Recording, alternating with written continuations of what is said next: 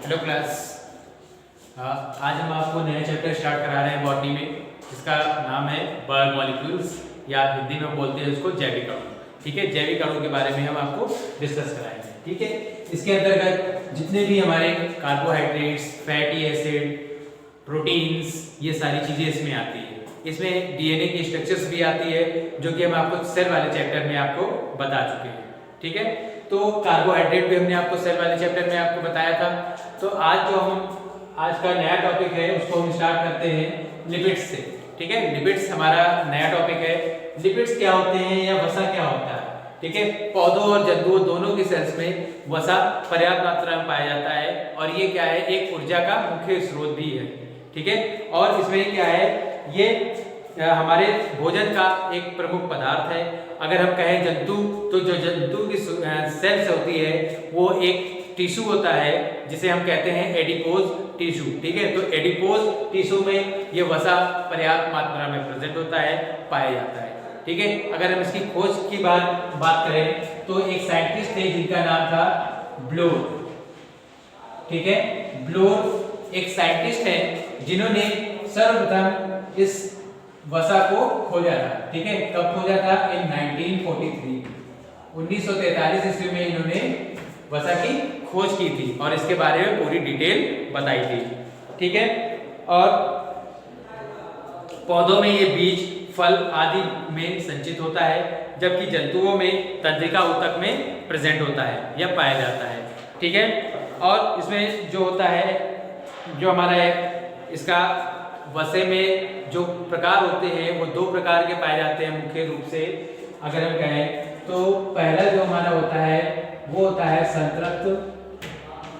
संतृप्त वसा या संतृप्त वसा अम्ल या सैचुरेटेड फैटी एसिड हम कहते हैं। ठीक है, संतृप्त वसा अम्ल क्या होता है? जिसमें सिंगल बॉन्ड, ठीक है, या एकल बंध जो पाया जाता है, या ये कहें कि जिसमें द्विबंध प्रेजेंट नहीं होता है, वो सब संतृप्त वसा की श्रेणी में आते हैं।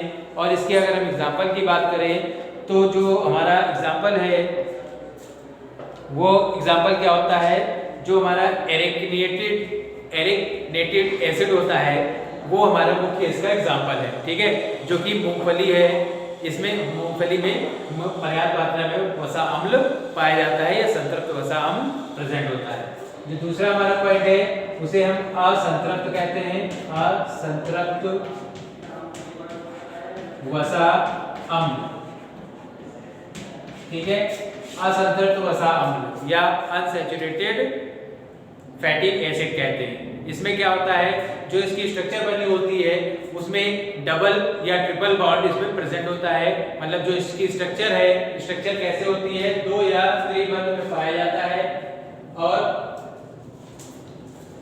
ठीक है, तो इसमें क्या होता है, दो और त्रिबंध पाए जाते हैं, और इसका जो क्वथनांक होता है वो बहुत ही कम होता है। ठीक है, अगर हम मेल्टिंग पॉइंट की बात करते हैं तो इसका क्वथनांक बहुत कम होता है। और साधारण ताप पर ये जो असंतृप्त वसा होते हैं ये कैसे होते हैं, तरल होते हैं।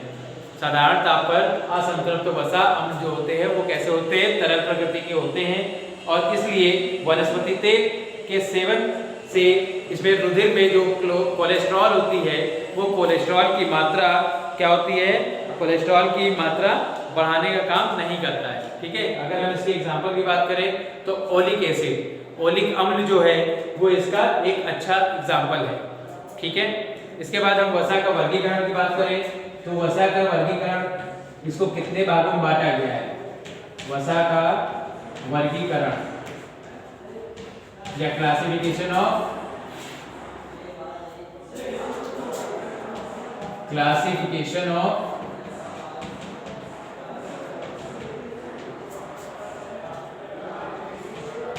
लिपिड। ठीक है,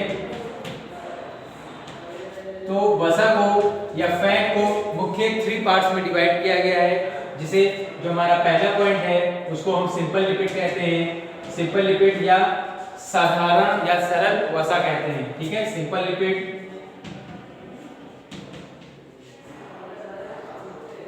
सेकेंड जो हमारा पॉइंट है उसे हम कंपाउंड लिपिड कहते हैं, कंपाउंड लिपिड।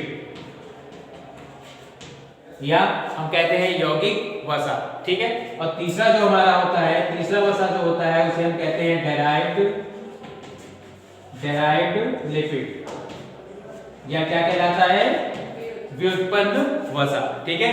तो जो वसा का वर्गीकरण है, क्लासिफिकेशन ऑफ लिपिड है, इसको मुख्य 3 भागों में डिवाइड किया गया है, ठीक है, simple, compound and derived lipid. इसके बाद अगर हम सिंपल लिपिड की बात करते हैं तो सिंपल लिपिड में क्या होता है, ये वसा अम्ल तथा विभिन्न प्रकार के अल्कोहल के एस्टर कहे जाते हैं, जिसके अंतर्गत वसा, तेल, मोम, ये सारी चीजें इसमें आती हैं, ठीक है।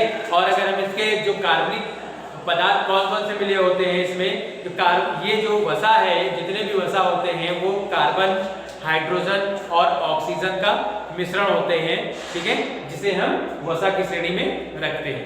अगर हम यौगिक वसा की बात करें तो यौगिक वसा क्या होते हैं, इस प्रकार के वसा अम्लों तथा अल्कोहल के साथ साथ कुछ अन्य पदार्थों जैसे कार्बोहाइड्रेट, फास्फेट या कुछ प्रोटीन के समूह, इनसे वो क्या होते हैं, मिलकर बने हुए होते हैं, ठीक है। अगर इसके बाद इसके अगर हम एग्जांपल की बात करें तो फॉस्फोलिपिड जो हमारे यौगिक वसा है या कंपाउंड लिपिड है, उसके अंतर्गत ग्लाइकोलिपिड और फास्फोलिपिड आते हैं। थर्ड जो हमारा है, थर्ड वन जो हमारा डेराइव्ड लिपिड है या जो हमारा व्युत्पन्न वसा है, उसमें क्या होता है, ये सरल तथा यौगिक वसा के जो हाइड्रोलिसिस होती है या अपघटन क्रिया से प्राप्त होते हैं। इसमें वसा अम्ल, अल्कोहल, मोनो तथा डाइग्लिसराइड, एस्टेरॉइड, टर्पीन तथा कैरोटीनॉइड इसमें पाए जाते हैं, ठीक है।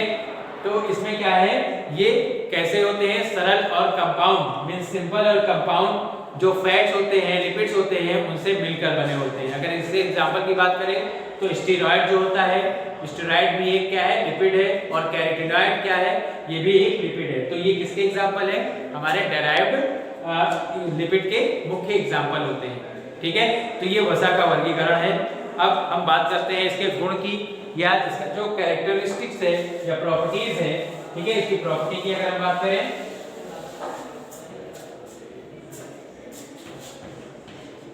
Properties of lipid, properties of lipids की अगर हम बात करें तो इसमें फर्स्ट पॉइंट जो हमारा है, ये कैसे होते हैं, इनका ना ही कोई रंग होता है, ना ही इसमें कोई भी सुगंध आती है, ठीक है। अर्थात ये कैसे होते हैं, रंगहीन और गंधहीन प्रकृति के होते हैं, ठीक है। तेल या वसा की अगर हम बात कर रहे हैं तो, ठीक। सेकंड पॉइंट हमारा है, ये जल में क्या होते हैं, अघुलनशील होते हैं। जल में कैसे होते हैं, अघुलनशील होते हैं। लेकिन जो कार्बनिक विलायक होते हैं, चाहे वो एस्टर हो, ईथर हो या अल्कोहल हो, उसमें जो हमारा फैटी एसिड है वो पूर्ण रूप से विलेय होता है या घुलनशील होता है। नेक्स्ट पॉइंट की बात करें तो नेक्स्ट पॉइंट में हमारा जो है, जो कमरे के ताप होता है, उस तापमान पर जो वसा होता है वो ठोस, ठीक है। लेकिन जो ऑयल होता है, जो तेल होता है, वो कैसा होता है, द्रव प्रकृति का होता है, ठीक है, या लिक्विड में होता है, ठीक है। नेक्स्ट, इसकी जो विशिष्ट गुरुत्वता होती है वो 1 से कम होती है, ठीक है। इसकी क्या है, जो विशिष्ट गुरुत्वता होती है, मीन ग्रेविटी जो होती है वो 1 से कम होती है, मीन्स 0.6, ठीक है, 0.6 होती है। इसी के कारण ये कैसे होते हैं, जल की सतह पर तैरते हैं। अगर हम किसी भी तेल या वसा को पानी में डालें तो वो आपस में घुलते नहीं है, मिलते नहीं है, जबकि क्या करते हैं वो, अगर हम तेल डालें पानी में तो वो उसी बूंदों के रूप में वो दिखाई देते हैं, तेल अलग दिखाई देता है और जो हमारा वाटर है, पानी है, वो अलग दिखाई देता है, ठीक है। तो इस तरीके से ये क्या है, इसकी कुछ प्रॉपर्टीज है। अब हम बात करते हैं इसके कार्य की, फंक्शन। कुछ फंक्शन होते हैं फैट्स के, फंक्शन ऑफ लिपिड्स, क्या क्या इसके फंक्शन होते हैं, ठीक है। इसमें अगर हम पहले पॉइंट की बात करें तो ये खाद्य पदार्थ का संचय करता है, ठीक है। कोई भी चीज है, जैसे जो वसा उच्च ऊर्जा प्रदान करने वाले पदार्थ होते हैं, जो कि क्या है, हमारे शरीर को ऊर्जा भी प्रदान करते हैं, और जो फैटी एसिड होता है, ठीक है, वो फैटी एसिड क्या करता है, हमारे शरीर का जो फैट है, ठीक है, उसको भी ग्रो करने में या बढ़ाने में हेल्प करता है। नेक्स्ट पॉइंट, यह जंतु तथा वनस्पतियों का संचित पदार्थ है तथा जंतुओं में एक टिश्यू पाया जाता है जिसे एडिपोज टिश्यू कहते हैं। उस एडिपोज टिश्यू में ये जो ऊतक है, ठीक है, ये जो वसा है ये प्रेजेंट होता है या संचित रहता है। जबकि वनस्पतियों में क्या होता है, कुछ ऑयल की ड्रॉपलेट्स होती है या तेल की बूंदों के रूप में ये क्या होता है, संचित होता है या संचित पाया जाता है। नेक्स्ट पॉइंट की बात करें तो यह हाइड्रोक्सी वसा का बहुलक है। हाइड्रोक्सी वसा का बहुलक है। जलीय अपघटन से ग्लिसरॉल का निर्माण नहीं होता है। ये क्या होती है, पारगम्य होती है। ठीक है। नेक्स्ट पॉइंट की बात करें तो संरचनात्मक जो तत्व होता है इसका, जैसे फास्फोलिपिड, ग्लाइकोलिपिड, लिपोप्रोटीन, स्टेरॉयड आदि संरचनात्मक तत्व होते हैं जो कि क्या करते हैं, कोलेस्ट्रॉल जंतुओं के महत्वपूर्ण स्टेरॉल हैं तथा कोशिका झिल्ली का एक महत्वपूर्ण भाग बनाने का काम करते हैं। ठीक है, तो ये क्या है, फंक्शन ऑफ लिपिड्स थे। ठीक है, अब कुछ प्रोटीन के बारे में थोड़ी सी स्ट्रक्चर आपको बताते हैं। प्रोटीन क्या होती है। प्रोटीन भी क्या है, कार्बनिक यौगिक है जो कि कार्बन, हाइड्रोजन और ऑक्सीजन का एक मिक्सचर होता है। ठीक है, जिसे हम प्रोटीन की श्रेणी में रखते हैं।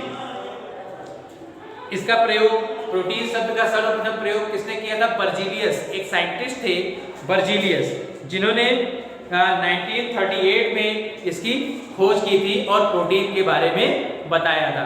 ठीक है, अगर किसी कारणवश प्रोटीन की कमी हो जाती है तो बच्चों में डिजीज हो जाती है। उस प्रोटीन की कमी से बच्चों में क्वाशरकोर या मेरेस्मस, ठीक है, ये दो प्रकार की बीमारियां हैं जो हो जाती है। ठीक है, और अगर हम प्रोटीन के बारे में और बताएं तो इसमें क्या है, प्रोटीन के जो प्रकार हैं, 3 प्रकार की प्रोटीन पाई जाती है। कुल जो प्रोटीन है वो 3 टाइप्स की होती है। एक होती है सिंपल प्रोटीन जिसे सरल प्रोटीन कहते हैं। दूसरा हमारा है जटिल प्रोटीन जिसे कॉम्प्लेक्स प्रोटीन कहते हैं। और थर्ड वन हमारा जो है व्युत्पन्न प्रोटीन जिसे हम डेराइव्ड प्रोटीन कहते हैं। ठीक है, तो ये प्रोटीन के बारे में कुछ स्ट्रक्चर हमने आपको बताई। नेक्स्ट क्लास में और आपको बताएंगे। Okay, have a good day.